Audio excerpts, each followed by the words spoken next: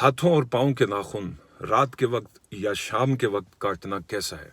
کیا ہم شام کو اور رات کو ہاتھوں اور پیروں کے ناخن نہیں کاٹ سکتے؟ کچھ لوگ شاید یہ سمجھتے ہیں اور یہ کہتے ہیں کہ نہیں جی، شام کے وقت یا رات کے وقت ہاتھوں اور پاؤں کے ناخن نہیں کاٹنے چاہیے۔ میں نے یہاں تک سنا کہ بعض لوگ کہتے ہیں کہ اس سے گھر میں نحوست آتی ہے، بے برکتی ہوتی ہے، رزق جو ہے اس میں کمی ہوتی ہے۔ کیا ایسا ہے؟ شریعت مطہرہ کے اندر کوئی رسول اللہ صلی اللہ علیہ وسلم کی حدیث اس بارے میں موجود ہے، یا قرآن مجید کے اندر اس بارے میں کوئی اشارہ ہمیں دیا گیا، یا سلف صالحین کے؟ تو اس پر ہم ضرور بات کریں گے۔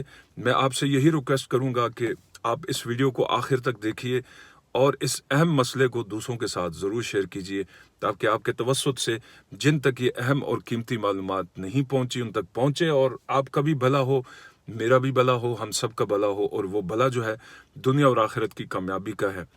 اللہ تعالیٰ قبول و منظور فرمائے۔ دیکھیے، جہاں تک ہاتھوں اور پاؤں کے ناخن کاٹنے کا حکم ہے تو شریعت مطہرہ نے کسی بھی وقت میں صفائی سے نہیں روکا۔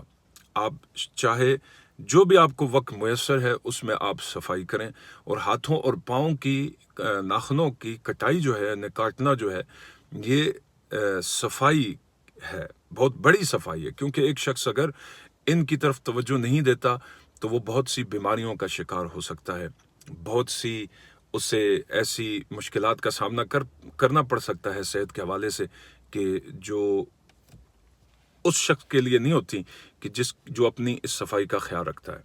یہاں پر میں آپ کو ایک بات سناتا ہوں جو فتاوی عالمگیری کے اندر لکھی ہے، اور وہ قول ہے خلیفہ ہارون الرشید کا، کہ خلیفہ ہارون الرشید نے حضرت امام ابو یوسف رحمۃ اللہ تعالیٰ علیہ سے یہی مسئلہ پوچھا تھا دربار میں، بڑے دربار میں۔ خلیفہ ہارون الرشید ایک بہت بڑا بادشاہ تھا اسلامی مملکت کا، بغداد اس کا پایا تخت تھا۔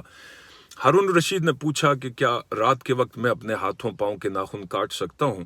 تو حضرت امام ابو یوسف رحمۃ اللہ علیہ نے فرمایا کہ ہاں، کاٹ سکتے ہیں، اس میں کوئی حرج نہیں ہے۔ تو خلیفہ ہارون الرشید نے پوچھا کہ اس کی دلیل کیا ہے؟ تو حضرت امام ابو یوسف رحمۃ اللہ علیہ تعالیٰ نے فرمایا کہ خیر کے کام اور بھلائی کے کام کو مؤخر کرنا درست نہیں ہے۔ یعنی جب بھی آپ کو کوئی خیر کے کام کرنے کا موقع ملتا ہے، کوئی بھلائی کا کام کرنے کا موقع ملتا ہے، تو آپ وہ کر لیجئے۔ اور چونکہ الطہور شطر الایمان، بہت سی حدیثیں ہیں جس میں نبی پاک صلی اللہ علیہ وسلم نے صفائی کو نصف ایمان قرار دیا، کہیں پر صفائی کو ایمان کے لیے شرط قرار دیا ہے، اور کہیں پر نبی پاک صلی اللہ علیہ وآلہ وسلم